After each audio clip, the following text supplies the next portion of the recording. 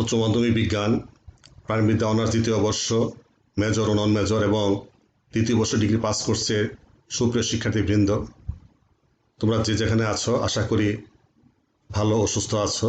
এই কোভিড পরিস্থিতিতে স্বাস্থ্যবিধি মেনে সবাই নিজ নিজ গৃহে অবস্থান করবে এবং তোমরা সবাই নিজে সুস্থ থাকবে এবং পরিবার সবাইকে সুস্থ রাখবে, সেটি আমরা প্রত্যাশা করি।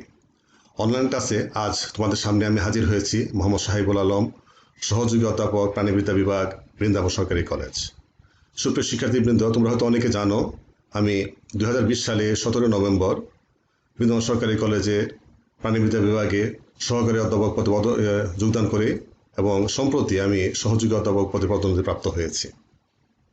তোমাদের আজকে যে বিষয়টি নিয়ে আলোচনা করব সেটি হচ্ছে, লক্ষ্য করো, আজকের আলোচ্য বিষয় করডাটা পর্বের শ্রেণী পর্যন্ত শ্রেণীবিন্যাস পার্ট 1। বুঝতেই পারছো আলোচনাটি বেশ দীর্ঘ, যার কারণে একটি লেকচারে এই আলোচনাটি শেষ করা সম্ভব নয়। তাই আজকে আমরা এই আলোচনার অর্ধেক শেষ করব, বাকি অর্ধেক পরবর্তী ক্লাসে শেষ করার চেষ্টা করব ইনশাল্লাহ। শিক্ষার্থীবৃন্দ, প্রথমে আমরা জেনে নিই করডাটা কারা। লক্ষ্য করো, আমরা যদি সংজ্ঞা আকারে বলতে চাই তাহলে বলতে হবে যে সকল প্রাণী জীবনের ভ্রূণীয় দশায় বা সারা জীবন নোটোকর্ড, পৃষ্ঠদৃশ্য ফাঁপা স্নায়ুরজ্জু ও গলবিলীয় ফুলকাছিটা বহন করে তাদেরকে বলা হবে করডাটা। অর্থাৎ এই তিনটি বৈশিষ্ট্য হলো নোটোকর্ড, পৃষ্ঠদৃশ্য ফাঁপা স্নায়ুরজ্জু এবং গলবিলীয় ফুলকাছিদ্র। এই বৈশিষ্ট্য তিনটি হলো করডাটার মৌলিক বৈশিষ্ট্য। তবে তার মধ্যে সবচেয়ে গুরুত্বপূর্ণ বৈশিষ্ট্যটি হচ্ছে নোটোকর্ড, এবং নোটোকর্ড থেকেই এই করডাটা শব্দটির উৎপত্তি হয়েছে। তাই এটি অন্যতম প্রধান বৈশিষ্ট্য, এবং এই বৈশিষ্ট্য ছাড়া আরও কিছু বৈশিষ্ট্য কিন্তু এই করডাটার মধ্যে রয়েছে। তো আমরা এই যে ভ্রূণীয় দশায় এবং সারা জীবন এই যে বিষয়টি, এটা ব্যাখ্যা করতে গেলে একটা চিত্র দেখি, লক্ষ্য করো। তার আগে আমরা দেখে নিই এক নজরে নোটোকর্ড কি। নোটোকর্ড হচ্ছে, লক্ষ্য করো, এই যে তার যে পৃষ্ঠদৃশ্য, এই যে হলুদ বর্ণের যে রঙটি দেখতে পাচ্ছ, এটা বলা হচ্ছে ডরসাল হলো নার্ভ কর্ড, অর্থাৎ পৃষ্ঠদৃশ্য ফাঁপা স্নায়ুরজ্জু। তো এই ফাঁপা স্নায়ুরজ্জু এবং পৃষ্ঠদৃশ্য এই দুটো হচ্ছে কর্ডাটদের বৈশিষ্ট্য। তাহলে নন কর্ডাটের বেলায় কি হবে? কর্ডাটদের বেলা হচ্ছে ফাঁপা এবং পৃষ্ঠদৃশ্য স্নায়ুরজ্জু, আর কর্ডাটদের বেলা স্নায়ুরজ্জু তাদেরও আছে, তাদের থাকবে অঙ্গীয় দেশে এবং সেটা হবে নিরেট প্রকৃতির। এরপর যে বিষয়টি আসছে নোটোকর্ড। লক্ষ্য করো, এই দণ্ডাকার যে গঠন, ঠিক এই নোটোকর্ডের নিচে পৃষ্ঠদেশ বরাবর প্রতিটি কর্ডের প্রাণী তার ভ্রূণীয় দশায় এই নোটোকর্ড বহন করে। এটি হচ্ছে একটি লম্বা দণ্ডাকার স্থিতিস্থাপক এবং নিরেট গঠন, যা করডাটা পর্বের একটা অন্যতম প্রধান বৈশিষ্ট্য। অপরদিকে দেখো, লক্ষ্য করো, এই যে গলবিল অঞ্চলে ছোট ছোট ছিদ্রপথগুলো রয়েছে, এগুলো গলবিল ফুলকা ছিদ্র। এটিও করডাটা পর্বের অন্যতম প্রধান বৈশিষ্ট্য, মৌলিক বৈশিষ্ট্য। তা আমরা যারা মানুষ, তারাও তো করডাটা পর্বের অন্তর্ভুক্ত। তা আমাদের কি গলবিল ফুলকা ছিদ্র আছে? না, আমাদের কিন্তু গলবিল ফুলকা, অর্থাৎ এই অঞ্চলটা, এই রিজিয়নটাকে আমরা গলবিল অঞ্চল বলছি। তার অন্তর্গত এখানে কিন্তু কোনো ছিদ্র নেই। তার মানে হচ্ছে আমরা যখন মাতৃগর্ভে ছিলাম, আমরা যখন ভ্রূণীয় অবস্থায় ছিলাম, তখন আমাদের সেই গলবিল ফুলকাছি তো ছিল। কিন্তু এই যারা স্থলচর প্রাণী, মানুষ সহ অন্যান্য স্থলচর প্রাণী যারা আছে, লক্ষ্য করো, করডাটের মধ্যে যারা এই স্তন্যবায়ী প্রাণী বা ধরো ওই যে সরীসৃপ বা পাখি, তারাও কিন্তু করডাট প্রাণী। কিন্তু তাদের যেহেতু স্থলচর প্রাণী, তারা ফুসফুসের সাহায্যে শ্বাসক্রিয়া চালায়, যার জন্য তাদের যে গলবিলীয় যে ফুলকা ছিদ্র, যেটা ভ্রূণীয় অবস্থায় থাকে, সেটা পূর্ণাঙ্গ অবস্থায় বিলুপ্ত হয়ে যায় এবং তার পরিবর্তে তার দেহে ফুসফুসীয় শ্বসন, অর্থাৎ বায়বীয় শ্বসনের আবির্ভাব ঘটে। তো এবার আমরা একটা চিত্র লক্ষ্য করি ভ্রূণীয় বিকাশ করডাটাদের। এখানে আমরা ছয়টি, দেখো, লক্ষ্য করো, মোট 6টি ভ্রূণ দেখতে পাচ্ছি। ভ্রূণ কি? ভ্রূণ হচ্ছে জীবনচক্রের এমন একটি অপরিণত দশা, যে দশা পূর্ণাঙ্গ প্রাণীর কোনো আকার আকৃতি বোঝা যায় না, এমন একটি দশা। তো এই 6টা কিন্তু ভিন্ন ভিন্ন প্রাণীর ভ্রূণ, কিন্তু এই প্রাথমিক অবস্থায় এই ভ্রূণগুলোকে দেখে চেনার কোনো উপায় নেই আসলে এটি কোন প্রাণীর ভ্রূণ। আমরা যদি পরের ধাপটি দেখি, লক্ষ্য করো, কিছুটা বিকাশ ঘটেছে, এটা অনেকটা মাছের আকার ধারণ করেছে, এটা অনেকটা মাছের আকার ধারণ করেছে, কিন্তু এগুলো কি, মানে কিসের ভ্রূণ, এটা এখনো সুস্পষ্ট নয়। লক্ষ্য করো, থার্ড স্টেজে যদি আমরা দেখি, এই যে দেখো, এটা পরিপূর্ণ একটা মাছ, এটা হচ্ছে স্যালামেন্ডার, এক ধরনের উভচর প্রাণী, এটা হচ্ছে কচ্ছপ। টর্টয়েস বা কচ্ছপ, এটা হচ্ছে মুরগির ভ্রূণ। দেখো শুরুতে কিন্তু সব একই রকম ছিল, কিন্তু শেষে এই মুরগির ভ্রূণ। এটা এই পর্যায়টাকে তো আর ভ্রূণ বলবো না, এই অংশটাকে বলা হবে ফিটাস। অর্থাৎ তার মধ্যে যে পূর্ণাঙ্গ প্রাণীর একটা আকার বা অবয়ব ফুটে উঠেছে। তো এই ফিটাসটা দেখো, যে এখানে কচ্ছপের ফিটাস, কচ্ছপ বোঝা যায়, মুরগির ফিটাস বোঝা যায়, এটা রেবিট বা খরগোশের ফিটাস, এটা মানুষের ফিটাস, এটা কিন্তু বোঝা যাচ্ছে। তো এই যে বিষয়টা, সেটা হচ্ছে তার মানে কি, যখন একটা কর্ডেটের প্রাণীর সূচনা লগ্নে কিন্তু তাদের আকার আকৃতি গঠন প্রকৃতি অভিন্ন প্রকৃতি হয়ে থাকে। দেখো এই যে গিল স্লিট মানে ফুলকা ছিদ্র মানুষেরও ছিল, আমরা যারা মানুষ তাদেরও কিন্তু বর্ণীয় দশায় গলবিল ফুলকা ছিদ্র ছিল, তার নটকট পৃষ্ঠদেশ ফাঁপাসান সবই ছিল, এবং পায়ু পরবর্তী লেজ, এই দীর্ঘকার লেজের মতো গঠন সেগুলো ছিল। তো এই কিন্তু পরিপূর্ণ অবস্থায় যে তখন তার নিজস্ব আকার আকৃতি সেগুলো ধারণ করছে। তো এবার আমরা দেখি এই কর্ডাটার বৈশিষ্ট্য যদি আমরা আলোচনা করতে যাই, ইতিমধ্যে আমরা তার যে সংজ্ঞা দেখেছি কর্ডাটার, সেই সংজ্ঞার মধ্যে 3টি মৌলিক বৈশিষ্ট্য লক্ষ্য করেছি। একটি হচ্ছে নোটোকর্ড, একটি হচ্ছে পৃষ্ঠদেশে ফাঁপা স্নায়ুরজ্জু, আর একটা হচ্ছে গলবিলের ফুলকা ছিদ্র। তো এই 3টা তো থাকবেই, তার পাশাপাশি আরও কিছু কিছু বৈশিষ্ট্য থাকে যেটা কর্ডারদের জন্য প্রযোজ্য। যেমন ধরো পায়ু পরবর্তীতে লেজ। লেজের সংজ্ঞা কি? লেজ হচ্ছে কোনো একটা প্রাণীর পায়ু থেকে শুরু করে তার পরবর্তী দেহের পরবর্তী অংশ, পিছনের অংশ, পায়ুর থেকে পিছনের দিকে যে অবশিষ্ট তাকে বলা হবে লেজ। এটা কর্ডেটদের বৈশিষ্ট্য। এটা ভ্রূণীয় দশায় থাকতে পারে বা পূর্ণাঙ্গ দশায় থাকতে পারে। আমরা অনেক মানে স্তন্যপায়ী প্রাণী দেখি যাদের পূর্ণাঙ্গ দশায় সুদীর্ঘ লেজ থাকে, বাঘের লেজ দেখি, বিড়ালের লেজ দেখি, আমরা গরুর দীর্ঘ লেজ দেখতে পাই। কিন্তু ভ্রূণীয় দশা সবারই থাকে, কিন্তু পূর্ণাঙ্গ দশা সব প্রাণীর লেজ থাকে না। তারপর বলা হচ্ছে যে অঙ্কীয় হৃৎপিণ্ড। অঙ্কীয় দেশ মানে কি? মানে দেহের যে মানে ফ্রন্ট সাইড আমাদের যেটা অঙ্কীয় দেশ, সেটার দিকে সে অঙ্কীয় দেশে থাকে হৃৎপিণ্ড। আর এর এই কর্ডেটের সাথে নন কর্ডেটের পার্থক্য কোথায়?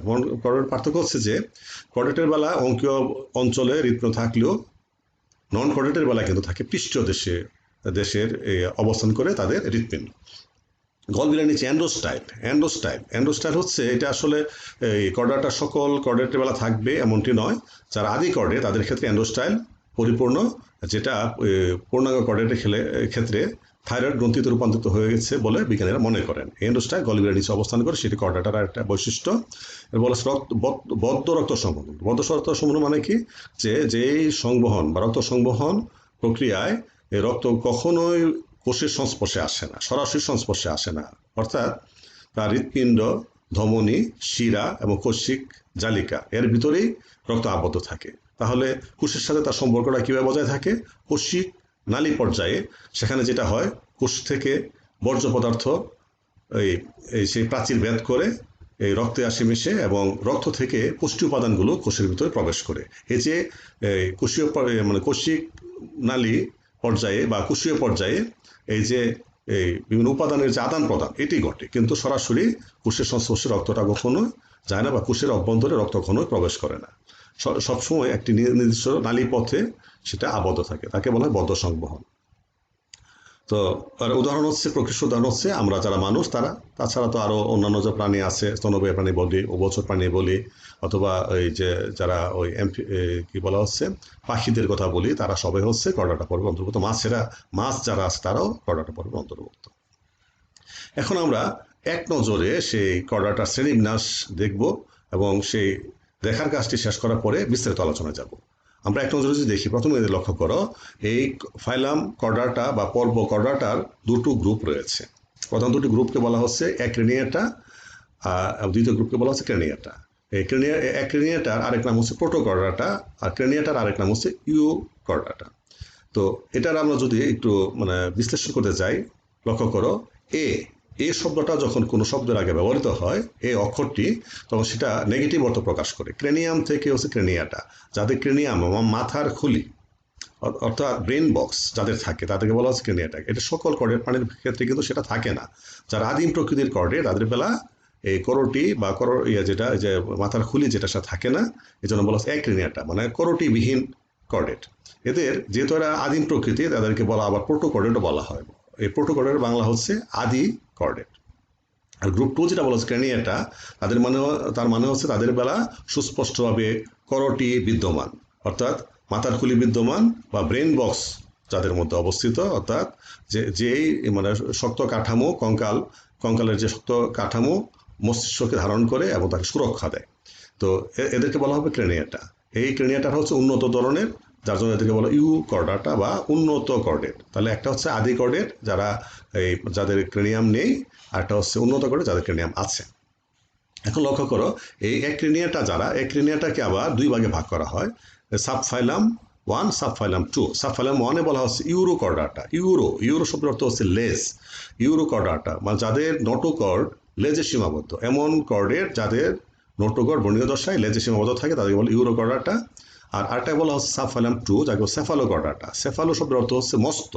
কিন্তু এখানে একটা মানে মজার বিষয় হচ্ছে যে সেফালোকর্ডেট ইউরোকর্ডেটের নামের সাথে মিল করে বলা হচ্ছে যে লেজে সীমাবদ্ধ, কিন্তু সেফালোকর্ডেটের কিন্তু নামের সাথে মিল করে আমরা বলতে পারছি না যে তার মস্তকে তার নোটোকর্ড সীমাবদ্ধ। এই ক্ষেত্রে একটু ভিন্নভাবে এটা ব্যাখ্যা করতে হবে। সেটা হচ্ছে যে এদেরকে বলা হয় আমস্তক নোটোকর্ডবাহী প্রাণী, অর্থাৎ তাদের লেজ থেকে শুরু করে মস্তক পর্যন্ত, লেজ থেকে শুরু করে মস্তক পর্যন্ত সমগ্র দেহ জুড়েই তার যে নোটোকর্ড সেটি বিস্তৃত থাকে। তো এরপরে গ্রুপ 2 ক্রেনিয়াটার একটি মাত্র সাবফাইলাম রয়েছে, যাকে বলা হচ্ছে ভার্টিব্রাটা, বা যাকে বাংলা আমরা বলি এই মেরুদণ্ডী প্রাণী। লক্ষ্য করো, এই যে প্রথম যে সাবফাইলাম ছিল ইউরোকর্ডাটা, অর্থাৎ লেজ অঞ্চল যাদের নোটোকর্ড সীমাবদ্ধ থাকে, এবং সেটা কেবলমাত্র লার্ভা দশায়, পরিণত দশায় সেটা বিলুপ্তি ঘটে। তো এদের আবার 3টি শ্রেণী রয়েছে। আমরা শুরুতেই বলেছি আমাদের আজকে আলোচনার বিষয় হচ্ছে কর্ডাটা পর্বের শ্রেণী পর্যন্ত শ্রেণীবিন্যাস। যতক্ষণ শ্রেণী না আসবে ততক্ষণ পর্যন্ত আমাদের আলোচনা চলবে। তার মানে সেই ইউরোকর্ডাটার যে 3টি শ্রেণী, প্রথম শ্রেণীকে বলা হচ্ছে অ্যাসিডিয়াসিয়া, এবং ক্লাস 2 বা দ্বিতীয় শ্রেণীকে বলা হচ্ছে থেলিয়াসিয়া, এবং তৃতীয় যে শ্রেণী সেটাকে বলা আরবেসিয়া। লক্ষ্য করো, তারপরে সাবফাইলাম এটা 2 হবে, দুঃখিত, যেখানে 2 হবে সাবফাইলাম 2, যেটা সেফালোকর্ডাটা, এবং এটির একটি মাত্র ক্লাস রয়েছে, ক্লাস 1, এটাকে বলা হচ্ছে লেপ্টোকার্ডি। ভার্টিব্রাটা সাবফাইলাম 3, সাবফাইলাম 3 যেটা বলা ছিল সেটা হচ্ছে ভার্টিব্রাটা। ভার্টিব্রাটার বাংলা হচ্ছে মেরুদণ্ডী, অর্থাৎ যাদের নোটোকর্ড পরিণত দশায়, ব্রণীয় দশা নোটোকর্ড পরিণত দশায় মেরুদণ্ড দ্বারা প্রতিস্থাপিত, তাদেরকে বলা হবে ভার্টিব্রাটা। এদের দুটো ডিভিশন বা বিভাগে বিভক্ত এই সাবফাইলামটি। একটি প্রথম যে ডিভিশন 1 সেটা হচ্ছে অ্যাগনাথা, আর ডিভিশন 2 হচ্ছে, লক্ষ্য করো, অ্যাগনাথা, এবং দ্বিতীয়টা হচ্ছে নেথোস্টোমাটা। এই অ্যাগনাথা যেটা বলছিলাম, এ মানে অ্যাবসেন্ট, নেথোস মানে হচ্ছে চোয়াল অ্যাবসেন্ট, যাদের চোয়াল নাই। লক্ষ্য করো, আমাদের যে চোয়াল, ঊর্ধ্ব চোয়াল এবং নিম্ন চোয়াল। ঊর্ধ্ব চোয়াল হচ্ছে যেটা সরাসরি করোটির সাথে যুক্ত, যাকে বলা হচ্ছে ম্যাক্সিলা, এবং নিচের যে চোয়াল যেটি সঞ্চালনশীল সেটাকে বলা হচ্ছে নিম্ন চোয়াল বা ম্যান্ডিবল। তো ঊর্ধ্ব চোয়ালটা হচ্ছে স্থির, যেটা করোটির সাথে আবদ্ধ থাকে। তো এরকম যাদের থাকবে তাদেরকে বলে এন্ডোস্টোমাটা বা চোয়াল যুক্ত প্রাণী। আর যাদের চোয়াল নাই তারা হচ্ছে ভার্টিব্রাটার মধ্যে 2টা ভাগ, একটা হচ্ছে কিছু চোয়াল বিহীন আছে, কিছু আছে চোয়াল যুক্ত। এবার আমরা দেখি যে ডিভিশন 1-এর অ্যাগনাথার কয়টা শ্রেণী আছে। অ্যাগনাথা শ্রেণীর সংখ্যা হচ্ছে 3টি। এই শ্রেণীগুলোর মধ্যে 1 নম্বর শ্রেণী, যা ক্লাস 1, হচ্ছে অস্ট্রাগোডার্মি। অস্ট্রাগোডার্মি হচ্ছে অ্যাগনাথার মধ্যে সবচেয়ে প্রাচীন এবং বিলুপ্ত শ্রেণী। এই শ্রেণীর প্রাণীদেরকে এখনো পৃথিবীতে পাওয়া যায় না, তবে তাদের ফসিল পাওয়া যায়। ফসিল দেখে বিজ্ঞানীরা তাদেরকে আবিষ্কার করতে পেরেছেন যে তাদের আদিম প্রকৃতির এক ধরনের ছিল, অ্যাগনাথা ছিল বা চোয়ালবিহীন প্রাণী ছিল, যারা বিলুপ্ত হয়ে গেছে। দ্বিতীয় যে শ্রেণী বা ক্লাস 2 সেটা হচ্ছে ম্যাক্সিনিরা, তারা কিন্তু জীবিত। এই ম্যাক্সিনিরা জীবিত, এদেরকে জীবিত অবস্থায় আমাদের পৃথিবীতে এখনও তারা টিকে আছে, এদেরকে পাওয়া যায়, জলচর প্রাণী এরা। এবং তৃতীয়টা হচ্ছে সেফালোস্পিডোমরফি বা ওই যে ক্লাস 3 যেটাকে বলা হচ্ছে। তাহলে ক্লাস 3টি, এর মধ্যে একটি হচ্ছে বিলুপ্ত আর দুটো হচ্ছে জীবিত, যাদের প্রতিনিধিরা এখন পৃথিবীতে টিকে আছে। এবার আমরা আসি পরের যে ডিভিশন 2 হচ্ছে নেথোস্টোমাটা, অর্থাৎ চোয়াল যুক্ত প্রাণী বা চোয়ালি প্রাণী, যারা চোয়ালি ভার্টিব্রেট। তো এদের দুটো শ্রেণী রয়েছে, একটা ক্লাস সুপার ক্লাস, অধিশ্রেণী। সুপার ক্লাসের বাংলা হচ্ছে অধিশ্রেণী, মানে ক্লাসেরও উপরে একটা ধাপ। সেই শ্রেণীর মধ্যে সুপার ক্লাস 1-এ আছে পিসিস, আর সুপার ক্লাস 2-তে আছে টেট্রাপোডা। সুপার ক্লাস 1 বা পিসিসের মানে হচ্ছে এই যাদেরকে বলছি আমরা মৎস্য গোষ্ঠী, মাছ। এরা বিভিন্ন রকম মাছের বিভিন্ন প্রকার আছে। শ্রেণীবিন্যাসের দিক থেকে দেখা যায় যে সব মাছ একই রকমের হয় না। তাদের যে মানে এটা সুপার ক্লাসের, এই জন্য এই যত মাছ আছে তাদেরকে একটা অধিশ্রেণীর অন্তর্ভুক্ত করা হয়েছে, তাকে সুপার ক্লাস পিসিস। আর সুপার ক্লাস 2 হচ্ছে টেট্রাপোডা বা চতুষ্পদী। মানে যাদের অগ্রপদ ও পশ্চাৎপদ এরকম দুই জোড়া উপাঙ্গ থাকে, fore limb and hind limb, অর্থাৎ অগ্রপদ এক জোড়া পশ্চাৎপদ এক জোড়া, এরকম প্রাণীদেরকে বলা হবে টেট্রাপোডা। লক্ষ্য করো এই পিসিসদেরকে আবার দেখা যায় যে 4টা শ্রেণীতে ভাগ করা হয়েছে। তো প্রথম যে শ্রেণী ক্লাস 1 তাকে বলা হচ্ছে প্লাকোডার্মি। এই প্লাকোডার্মিরা হচ্ছে বিলুপ্ত মাছ। এই মাছদের এখনো পৃথিবীতে পাওয়া যায় না, জীবিত অবস্থায় পাওয়া যায় না, তবে তাদের ফসিল পাওয়া যায়। ফসিল দেখে বিজ্ঞানীরা তাদেরকে এই পিসিস সুপার ক্লাসের অন্তর্ভুক্ত করেছেন এবং ক্লাস 1 প্লাকোডার্মি নামকরণ করেছেন। দ্বিতীয় যে ক্লাস 2 সেটাকে বলা হচ্ছে কন্ড্রিকটিস, অর্থাৎ কন্ড্রিকটিস হচ্ছে সে সকল মাছ যাদের অন্তঃকঙ্কাল কোমল আস্থি নির্মিত। তো এই কোমল আস্থি মানে কি মোলায়েম যে অস্থি, অর্থাৎ লক্ষ্য করো আমাদের যে কানের যে অস্থি এটা কি বাঁকানো যায়, তাই না, নড়াচড়া করা যায়, নাকের যে অস্থি বাঁকানো যায়, এই ধরনের অস্থিগুলো বলা হচ্ছে কোমল আস্থি। কিন্তু আমাদের যে এই যে হাতের অস্থি বা পায়ের যে শক্ত অস্থিগুলো কিন্তু বাঁকানো যায় না, এগুলো বল অস্থি। তাহলে যেগুলো বাঁকানো যায় মানে ফ্লেক্সিবল বা যাদের ইলাস্টিসিটি বিদ্যমান তারা হচ্ছে ওই কি বলা হচ্ছে কন্ড্রিকটিস, মানে এই ধরনের কঙ্কাল। তার মানে হচ্ছে এই সকল মাছের সমস্ত কঙ্কালটাই হচ্ছে কোমলাস্থি। আমাদের শরীরে কোমলাস্থিও আছে, অস্থিও আছে।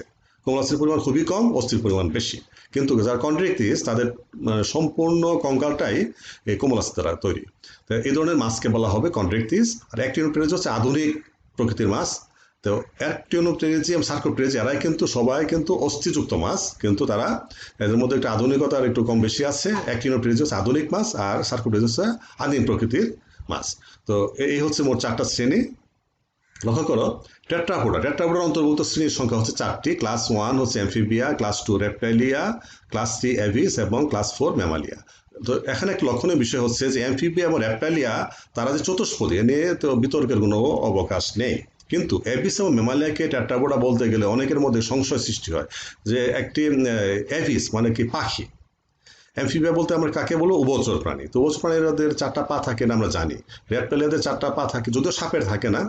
সাপের তাদের অভিযোজনের কারণে তাদের পূর্বপুরুষের থাকে 2 জোড়া পা থাকলেও তাদের কিন্তু পরবর্তীতে সাপের সেই পা বিলুপ্ত হয়ে গেছে বলে বিজ্ঞানীরা মনে করেন। কিন্তু অ্যাভিস যারা পাখি তাদের তো 2টো পা আমরা জানি, কিন্তু তাহলে আর 2টো পা কোথায় থেকে আসলো? টেট্রাপোডা মানে চতুষ্পদী। তো বিজ্ঞানীরা যেটা মনে করেন যে অ্যাভিসের যে ওই ডানা কিন্তু প্রকৃতপক্ষে এটা এই যে তাদের অগ্রপদের রূপান্তর, তাদের উড্ডয়ন অভিযোজনের কারণে তারা একসময় তার পূর্বপুরুষরা উড়ার ক্ষমতা ছিল না। তাদের পূর্বপুরুষ কারা ছিল? তাদের পূর্বপুরুষ হচ্ছে র্যাপটাইলিয়া। র্যাপটাইলিয়ার একটা গ্রুপ থেকে তোমরা নিশ্চয়ই ওই যে ডাইনোসর দেখেছো যে কিছু কিছু ডাইনোসর আছে তারা উঠতে পারতো, একটা গ্রুপ। তো মূলত সেই ধরনের গ্রুপ থেকে কিন্তু যাদেরকে অর্নিথোসর নামে আখ্যাত করা হয়, মানে পাখির সদৃশ ডাইনোসর, অর্নিথোসর। অর্নি শব্দের অর্থ হচ্ছে অ্যাভিস বা পাখি বা বার্ড। তো এই যে অর্নিথোসরদের থেকে এদের উৎপত্তি হয়েছে বলে কিন্তু তার অ্যাভিস। তো এখানে বিজ্ঞানী যেটা মনে করেন যে তাদের পূর্বপুরুষরা তাদের অগ্রপদটাকে রূপান্তর ঘটেছে তাদের রূপান্তর ঘটার ফলে তাদের রূপান্তর অগ্রপদ বিশিষ্ট সেই প্রাণীগুলি হচ্ছে অ্যাভিস বা পাখি। তার মানে হচ্ছে তাদের ডানা হচ্ছে রূপান্তরিত অগ্রপদ। অপরদিকে ম্যামালিয়াদের মধ্যে আমরা যদি গরু, ছাগল, বাঘ, মানে হরিণ, তাই না, এরকম যদি সিংহ এরকম যদি বলি, তো এদের বিড়াল, এদের সবার বেলাকে মানে তারা টেট্রাপোডা তখন সন্দেহ নেই। কিন্তু আমার মানুষের ক্ষেত্রে যদি বলি, মানুষ তারাও তো সেই কি বলা হচ্ছে টেট্রাপোডার অন্তর্ভুক্ত, যেহেতু ম্যামালিয়া। তো মানুষের ক্ষেত্রে আমরা কিন্তু এটা একটু মানে একটু কনফিউজড হয়ে যায়, এটা কিভাবে টেট্রাপোডা হয়। তো আসলে কিন্তু মানে উৎপত্তিগতভাবে মানুষের যে হাতটা মূলত অগ্রপদ। এটা আমরা মানে মানুষ তার ব্যবহারগত কারণে তাদের মানে মানে ব্যবহারটা আমরা পদ হিসাবে ব্যবহার না করে এটা অন্য বিভিন্ন বস্তু ধরার কাজে ব্যবহার করি বলেই সে পাটাকে আমরা পা না বলে হাত বলছি। মূলত উৎপত্তিগতভাবে বা বিবর্তনগতভাবে সেটা অগ্রপদ। সেই হিসাবে মানে মানুষ কিন্তু এই ম্যামালিয়া তথা টেট্রাপোডার অন্তর্ভুক্ত। লক্ষ্য করো অ্যাক্টিনিয়াটা, যেটা আমরা শুরুতে বলছিলাম যে এই যে যাদের করটিবিহীন প্রাণী, যারা আদিকর্ডেট বা প্রোটোকর্ডেট, বলা হচ্ছে আদিম অনুন্নত সামুদ্রিক প্রাণী। এরা হচ্ছে আদিম অনুন্নত সামুদ্রিক প্রাণী। কর্ডেটদের মধ্যে আমরা ইতিমধ্যে উল্লেখ করেছি মস্তিষ্ক করটিতে আবদ্ধ থাকে না। এই মস্তিষ্ক করটিতে আবদ্ধ থাকে না বলেই তাদের নাম অ্যাক্টিনিয়াটা। তেমন করটি তাদের নাই, মাথার খুলি নাই, ব্রেন বক্স বলে কোনো কিছুর অস্তিত্ব তাদের দেহে নাই। দেহে সুস্পষ্ট মস্তিষ্ক, চোয়াল ও পদ অনুপস্থিত। তাদের দেহে মস্তিষ্ক সুস্পষ্ট না, চোয়াল বা পদ অনুপস্থিত। এরপর বলা হচ্ছে নোটোকর্ড মেরুদণ্ডে রূপান্তরিত হয় না। অ্যাক্টিনিয়েটার ক্ষেত্রে দেখা যায় তাদের নোটোকর্ড কখনোই মেরুদণ্ডে রূপান্তরিত হয় না। যদি রূপান্তরিত হয় তখন তাকে কিন্তু আর অ্যাক্টিনিয়েটা বলা যাবে না, সেটা চলে যাবে তখন ভার্টিব্রেটার অন্তর্ভুক্ত হয়ে যাবে। তো লক্ষ্য করো, এদের বলা হচ্ছে একে দুইটি উপপর্বে ভাগ করা হয়েছে, যেটা আমরা ইতিমধ্যে এক নজরে দেখেছি। প্রথমটার নাম হচ্ছে ইউরোকর্ডাটা। লক্ষ্য করো তার বৈশিষ্ট্য কি, লক্ষ্য করো। প্রথম বৈশিষ্ট্য হচ্ছে বহি আবরণ টিউনিক বা টেস্ট। তাদের দেহের বাইরে একটি বিশেষ ধরনের আবরণ থাকে। টিউনিসিন নামক রাসায়নিক উপাদান বিদ্যমান থাকায় এই আবরণটিকে টিউনিক বলা হয়।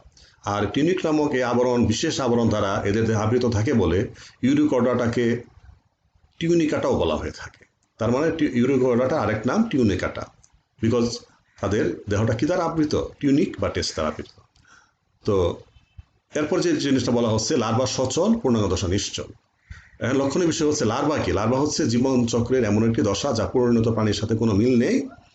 তো এবং সেই লার্ভা দশাটা হচ্ছে সচল, পূর্ণাঙ্গ দশা নিশ্চল। তো একটা প্রাণীর ক্ষেত্রে একটি সচল প্রাণী এবং নিশ্চল প্রাণীর মধ্যে নিঃসন্দেহে সচল প্রাণীটি উন্নত বৈশিষ্ট্যের অন্তর্ভুক্ত, কিন্তু নিশ্চল প্রাণীটা হচ্ছে অনুন্নত বৈশিষ্ট্যের অন্তর্ভুক্ত। এক্ষেত্রে লক্ষণীয় বিষয় হচ্ছে লার্ভা সচল কিন্তু পূর্ণাঙ্গ প্রাণী নিশ্চল। তো সাধারণত কোনো প্রাণীর ক্ষেত্রে যেটা হয় সেটা হচ্ছে লার্ভা দশার সাথে পূর্ণাঙ্গ দশা উন্নত হয়ে থাকে, কিন্তু এক্ষেত্রে দেখা গেছে তার বৈশিষ্ট্যের অবনতি ঘটেছে। আবার দেখো লার্ভা দশা নোটোকর লেজে সীমাবদ্ধ থাকে, পূর্ণাঙ্গ দশায় বিলুপ্ত হয়ে যায়। তো এদের আমরা তো শুরুতেই বলেছি যে ইউরোকর্ডাটা হচ্ছে যাদের কর্ডাটা বা তাদের যাদের যে নোটোকর্ড, সেই কর্ডাটার যে অন্যতম প্রধান বৈশিষ্ট্য সেটা লেজে সীমাবদ্ধ থাকে, এবং সেটা তখন কর্ডাটা অন্যতম প্রধান বৈশিষ্ট্য হিসাবে সেটাকে চিহ্নিত করা হয়। তো এখানে যেটা লক্ষণীয় ইউরোকর্ডাটের ক্ষেত্রে পূর্ণাঙ্গ দশা সেটা বিলুপ্ত হয়ে যায়, তার মানে পূর্ণাঙ্গ অবস্থায় যে সেটা থাকে না। তাহলে নোটোকর্ড থাকা আর না থাকা, যদি থাকে তাহলে সেটা উন্নত, আর যদি না থাকে সেটা অনুন্নত। তাহলে দেখা যাচ্ছে এক্ষেত্রেও দেখা যাচ্ছে লার্ভা দশাটা হচ্ছে তার চাইতে পূর্ণাঙ্গ দশার সাথে উন্নত। তো এই যে বিশেষ ধরনের রূপান্তর, রূপান্তর মানে কি? রূপান্তর মানে হচ্ছে কোনো একটি প্রাণীর লার্ভা দশা থেকে অনুন্নত লার্ভা দশা থেকে উন্নত প্রাণীর উৎপত্তি হওয়ার যে প্রক্রিয়া, সেই প্রক্রিয়াকে বলা হবে রূপান্তর। কিন্তু ইউরোকর্ডের ক্ষেত্রে একটি ব্যতিক্রম ঘটনা লক্ষ্য করা যায়, যে তাদের লার্ভাটা হচ্ছে উন্নত বৈশিষ্ট্যের, কিন্তু তাদের যে পূর্ণাঙ্গ দশাটা হচ্ছে অনুন্নত বৈশিষ্ট্যের। সেই কারণে এই ধরনের বিশেষ ধরনের বিপরীতমুখী বা ব্যতিক্রম ধর্মী যে বৈশিষ্ট্য বা ব্যতিক্রম ধর্মী যে রূপান্তর তাকে বলা হয় প্রতীপ রূপান্তর, রেট্রোগ্রেসিভ মেটামরফোসিস বা প্রতীপ বা বিপরীতমুখী রূপান্তর। তো এই রূপান্তর ইউরোকর্ডাট ছাড়া অন্য কোনো প্রাণীতে দেখা যায় না। এটা তাদের একটা অন্যতম প্রধান বৈশিষ্ট্য। এরা হচ্ছে সামুদ্রিক একক বা কলোনিবাসী। এরা সামুদ্রিক প্রাণী এবং তারা এককভাবে বসবাস করতে পারে। অনেকে আছে যারা কলোনিবদ্ধভাবে বসবাস করে, অর্থাৎ গুচ্ছবদ্ধভাবে বসবাস করে, যে সেরকম প্রাণী। লক্ষ্য করো এই উপপর্বের 3টি শ্রেণী রয়েছে, এটা আমরা ইতিমধ্যে উল্লেখ করেছি, নিশ্চয় তোমাদের মনে আছে। এখন আমরা সেই বিষয়গুলোর বিস্তারিত আলোচনায় যাচ্ছি। প্রথমে অ্যাসিডিয়াসিয়া। দেহ হচ্ছে স্ফীতকার বা নলাকার।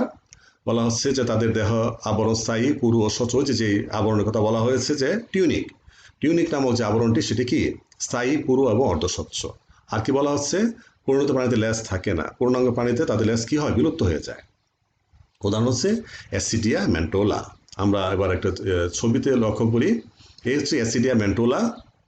লক্ষ্য করো অ্যাসিডিয়াদের এই যে পিপা সদৃশ বা সিলিন্ডার সদৃশ যে গঠনটি, তারা গুচ্ছবদ্ধভাবে কোনো মানে পানির নিচে কোনো শক্ত বস্তুর গায়ে আবদ্ধ অবস্থায় থাকে, যার কারণে তারা কিন্তু নিশ্চল জীবনযাপন করে। কিন্তু পূর্ণাঙ্গ দশাটা কীরকম, একটা তোমরা নিশ্চয়ই মানে ব্যাঙের যে লার্ভা অর্থাৎ ব্যাঙাচি, সেটা তোমরা নিশ্চয়ই দেখেছো, অনেকে দেখেছো, যে ওদের যে গঠনটি রয়েছে ঠিক সে একই রকম। সামনের অংশটা একটু মানে গোলাকার, পিছনটা একটা লেজ থাকে।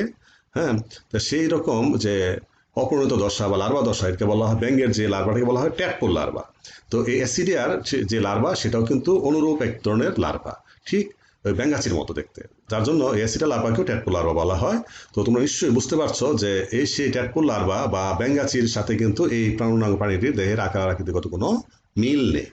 এই পূর্ণাঙ্গ যে প্রাণীটি সেটি কি নিশ্চল, এবং তারা কোনো বস্তুর গায়ে আবদ্ধ থাকে এবং তারা নিশ্চল জীবনযাপন করে, এবং তার ভিতর দিয়ে এক ধরনের পানি পরিবহন ব্যবস্থা থাকে, যার মাধ্যমে তারা তাদের যৌগনিক ক্রিয়াকলাপ, খাদ্য গ্রহণ, তারপরে রেচন বা তারপরে ধরো শ্বসন প্রক্রিয়া বা প্রজননের মতো গুরুত্বপূর্ণ কাজগুলো সম্পন্ন করে থাকে সেই পরিবহনের মাধ্যমে।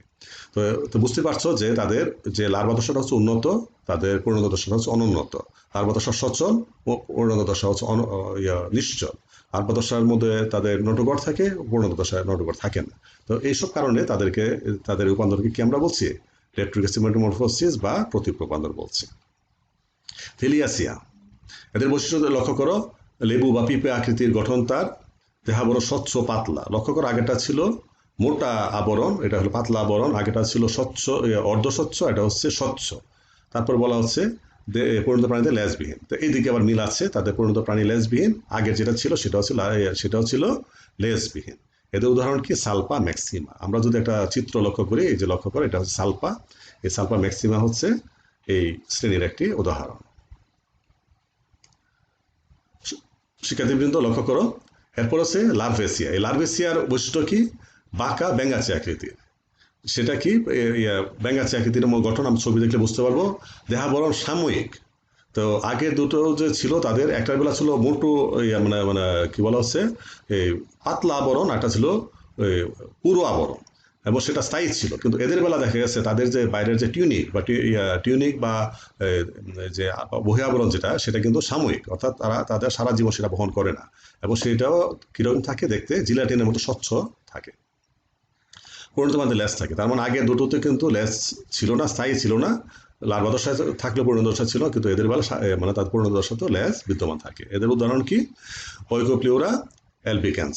এই অইকোপ্লিওরা অ্যালবিক্যান্স একটা ছবি দেখতে পাচ্ছি আমরা, লক্ষ্য করো। এই যে খুব ক্ষুদ্র আকৃতির একটা বিশাল লম্বা লেজ তার মধ্যে বিদ্যমান, এই লম্বা লেজটি রয়েছে, হ্যাঁ, যাকে আমরা বলছি অইকোপ্লিওরা অ্যালবিক্যান্স। শিক্ষার্থীবৃন্দ, এবার আমরা দেখব সাবফাইলাম 2, অর্থাৎ যেটা ছিল যে অ্যাক্রেনিয়াটার প্রথম যেটা ছিল ইউরোকর্ডাটা, ওটা আমরা শেষ করলাম, 3টা শ্রেণী। আর এবার হচ্ছে সাবফাইলাম 2, সেফালোকর্ডাটা, তার শ্রেণী মাত্র 1টি। তো আমরা প্রথমে এসে তার যে সাবফাইলামের বৈশিষ্ট্যগুলো সেগুলো একটু লক্ষ্য করি। লক্ষ্য করো, লম্বা, পার্শ্বভাবে চাপা, উভয় প্রান্ত সরু, এটা হচ্ছে তার প্রথম বৈশিষ্ট্য। আমরা যখন এই প্রাণীটি দেখতে পাবো তখন বুঝতে পারবো। উরাল হুড এবং উরাল সিরি বিদ্যমান। উরাল হুড মানে হচ্ছে এক ধরনের কাপের মতো, মৌখিক অঞ্চলে একটি, উরাল শব্দের অর্থ হচ্ছে মুখ, মৌখিক অঞ্চলে হুড। হুড মানে কি? সাপের ফনার মতো, একটু কাপের মতো একটা গঠন। সেই গঠনটা মূলত এটা তাকে ঘিরে থাকে কতগুলো ঝালরের মতো বা কর্ষিকা থাকে, যাকে বলে উরাল সিরি বলা হয়।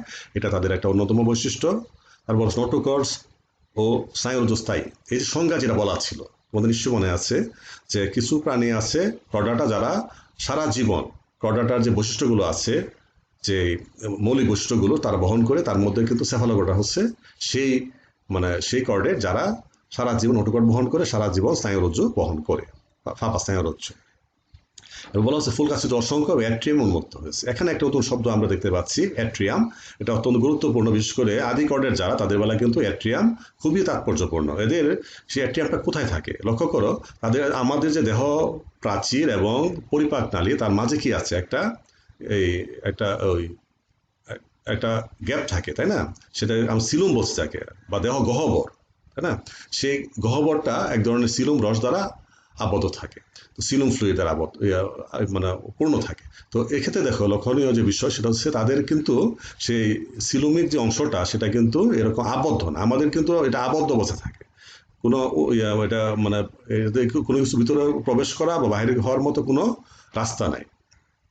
তো ওদের বেলা যেটা হয় সেটা হচ্ছে তাদের মুখ ছিদ্রের পরবর্তী অংশ হচ্ছে তার গলবিল হচ্ছে অসংখ্য ছিদ্রযুক্ত।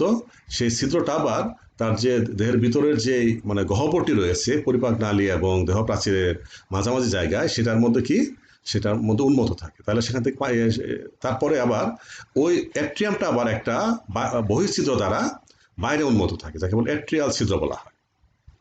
তো ওই যে যার ফলে কি হয়, তারা যে মুখ ছিদ্র দিয়ে যখন পানি গ্রহণ করে, সে পানি আবার ওই যে যে গলবিলে ছেঁকে সেটা অ্যাট্রিয়ামে প্রবেশ করে, অ্যাট্রিয়াম থেকে আবার অ্যাট্রিয়াল ছিদ্র দিয়ে সেটা দেহের বাইরে বের হয়ে যায়। এভাবে তার দেহের ভিতর দিয়ে একটা পানি প্রবাহ চলতে থাকে, যার ফলে দেখা যায় যে তার মধ্যে এই পানি প্রবাহের ফলে সেটা তার যে খাদ্য গ্রহণ, শ্বসন, রেচন এবং প্রজননের মতো গুরুত্বপূর্ণ জৈবনিক ক্রিয়াকলাপে সহায়তা করে। তাহলে আমরা যে বুঝতে পারছি যে তাদের যে পরিপাক নালী এবং দেহ প্রাচীরের মাঝের যে মানে উন্মুক্ত, বদ্ধ না কিন্তু উন্মুক্ত, মানে কি অ্যাট্রিয়াম স্থিত দ্বারা উন্মুক্ত যে গহ্বর, সেটা কেবল হবে অ্যাট্রিয়াম। সে অ্যাট্রিয়াম এই সেফালোকর্ডেটের অন্যতম বৈশিষ্ট্য, এটা অবশ্যই ইউরোকর্ডেটেও সেই অ্যাট্রিয়াম বিদ্যমান। মায়োটোম পেশি হচ্ছে এক ধরনের বিশেষ ধরনের গঠন বিশিষ্ট পেশি, যেটা অনেকটা ভি আকৃতির বা গ্রেটার বা লেসার দেন এরকম টাইপের এক ধরনের গঠন।